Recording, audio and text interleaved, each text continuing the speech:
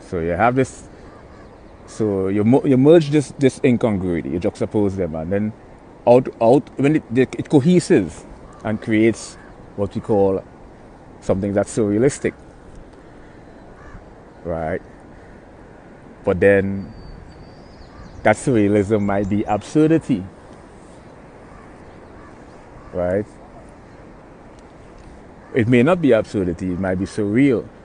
But what's fascinating about juxtaposition of incongruity is how there's always a compatibility, and this is a fascinating phenomenon. There's always a compatibility. You juxtapose them, you find a single common denominator they share. Like one example is, and here's an absurd example, the famous surrealistic comedian Mitch Hedberg. You know, he threw a toothpick in the forest and said, "You home." That's a juxtaposition of incongruity. And so you find that incongruity and juxtaposition far more pervasive and prevalent in the field of comedy.